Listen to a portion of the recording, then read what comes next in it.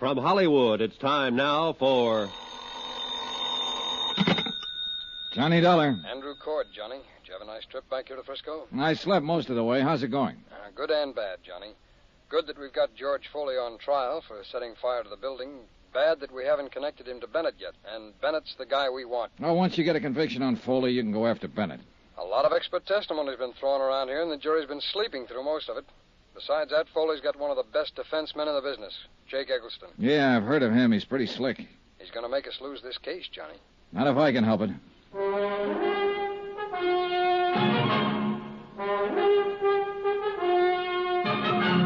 Tonight and every weekday night, Bob Bailey in the transcribed adventures of the man with the action-packed expense account, America's fabulous freelance insurance investigator. Yours truly, Johnny Dollar.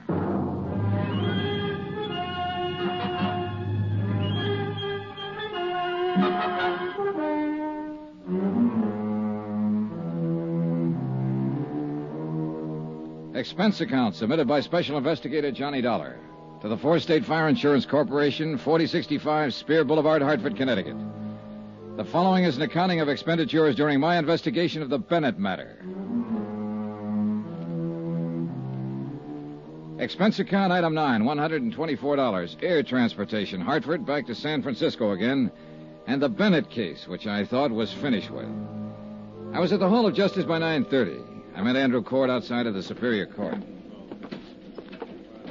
This may be the last day of the trial, Johnny. Anything new since I talked to you on the phone, Andy? Well, I may be worrying for nothing, since Finley's handled it all pretty well for the state. He's one of the assistant DAs, but Foley's still holding on to a not guilty plea. Well, isn't that just coaching? Well, maybe. But you remember Foley didn't make any statement when we took him, and the police got nothing out of him at all. Foley had something like 28 arrests besides 2 convictions. He knew the ropes. Yeah. Well, that's okay here? Sure.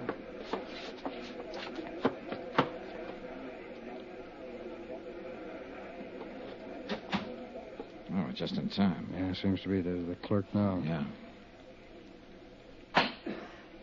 Court is now in session. His Honor, Judge William J. Bainbridge presiding. Everybody stand.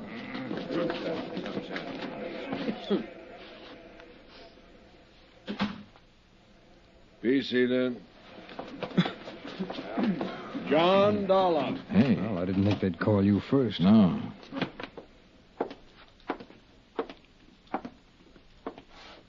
Raise your right hand. You solemnly swear the testimony you're about to give is the truth, the whole truth, and nothing but the truth to help you God? I do. Be seated. As you know, I'm Charles Finley with the District Attorney's Office. State your name, please.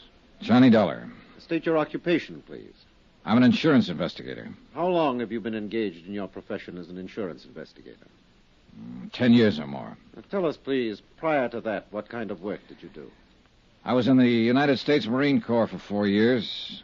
Before that, I was Detective Sergeant 2nd grade with the New York Police Department. Do you have any papers or letters in your possession that verify your professional status, Mr. Dollar? Yes, I do.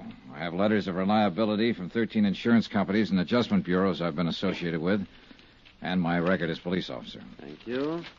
Will the court clerk please hand these papers to counsel for the defense so he may examine them? Yes, sir. Thank you.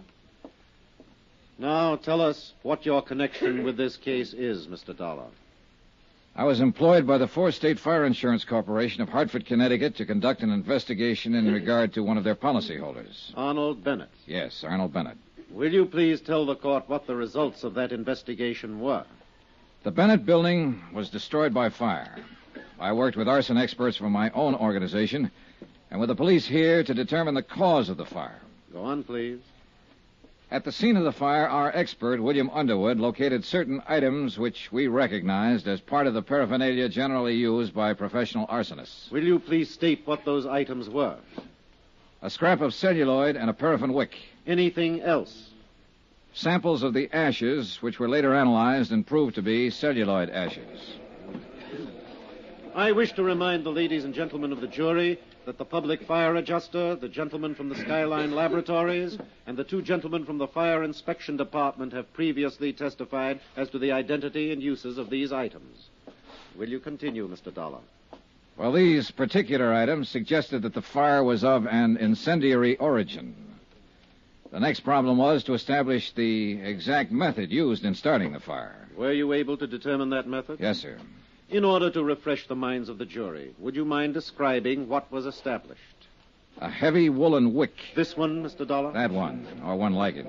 Exhibit C. Please continue. This wick had been soaked in paraffin and then stuffed into a paper sack that was filled with celluloid. It's a simple method. The wick is lit and it takes anywhere from 3 to 10 minutes to burn down to the celluloid. Now, once that happens, the celluloid flares up and fires anything combustible in the vicinity. And that is the method you determined caused the fire in the Bennett building? Yes.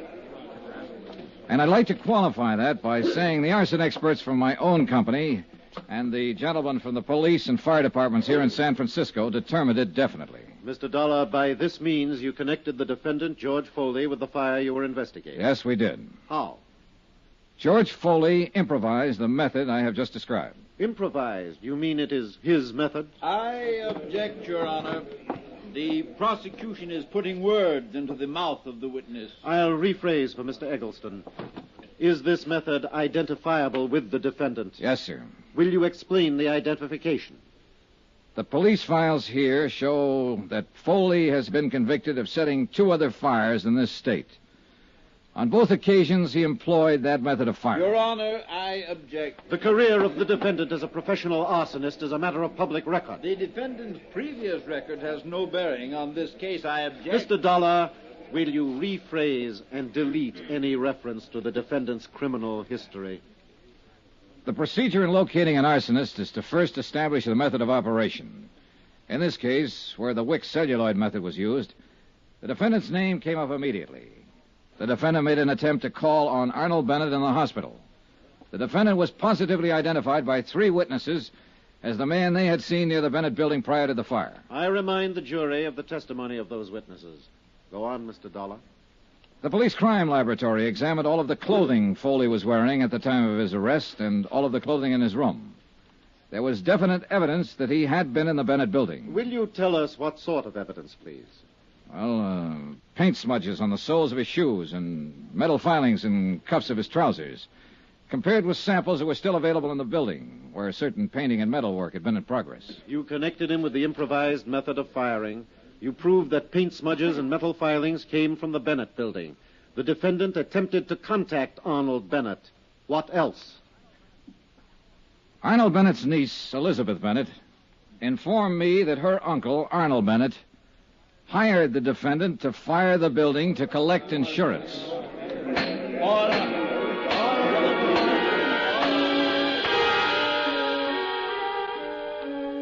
I was on the stand all the rest of the morning.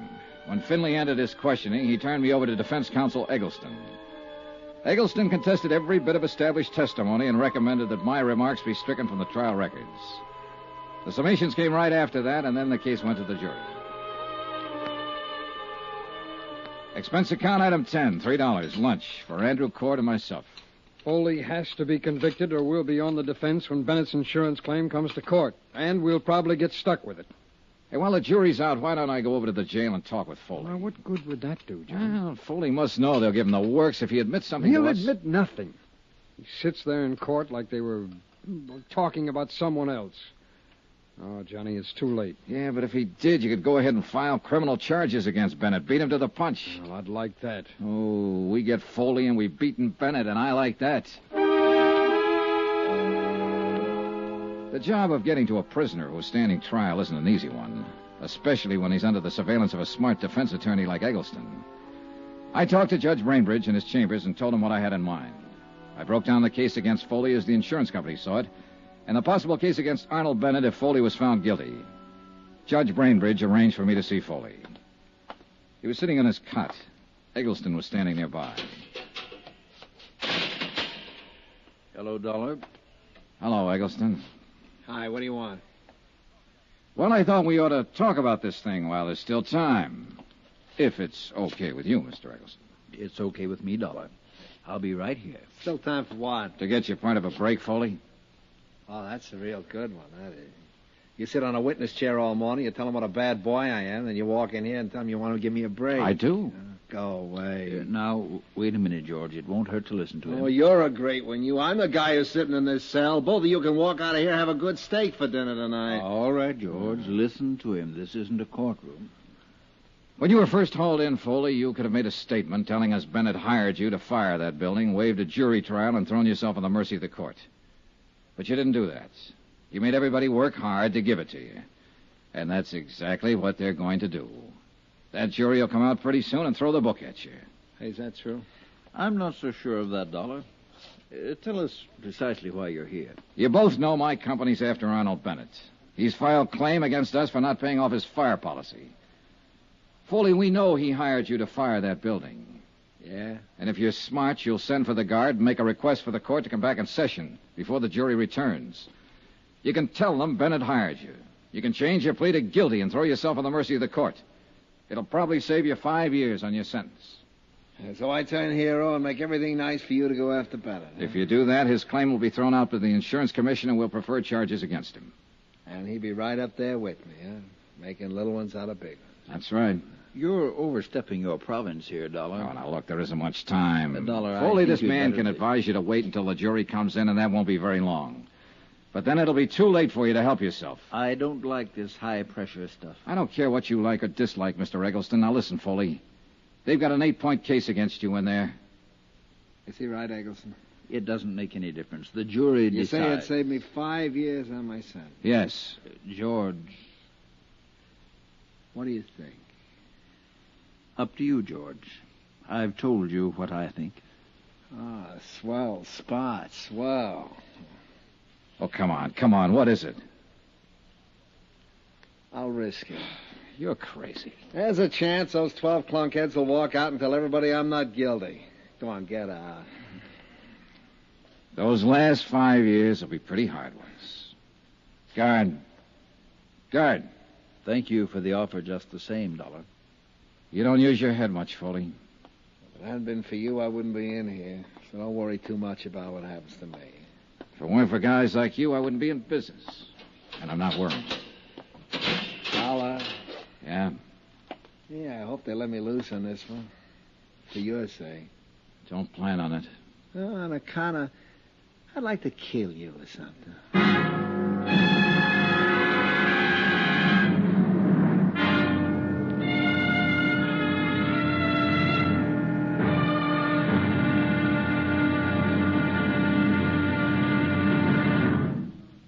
Now, here's our star to tell you about the final intriguing episode of this week's story. Tomorrow, a verdict in and out of a courtroom. The wind-up. Join us, won't you? Yours truly, Johnny Dollar.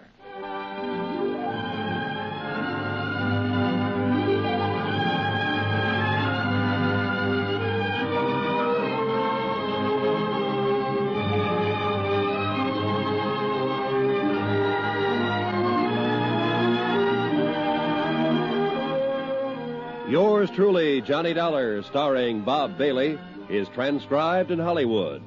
Written by John Dawson, it is produced and directed by Jack Johnstone. Be sure to join us tomorrow night, same time and station, for the next exciting episode of Yours truly, Johnny Dollar.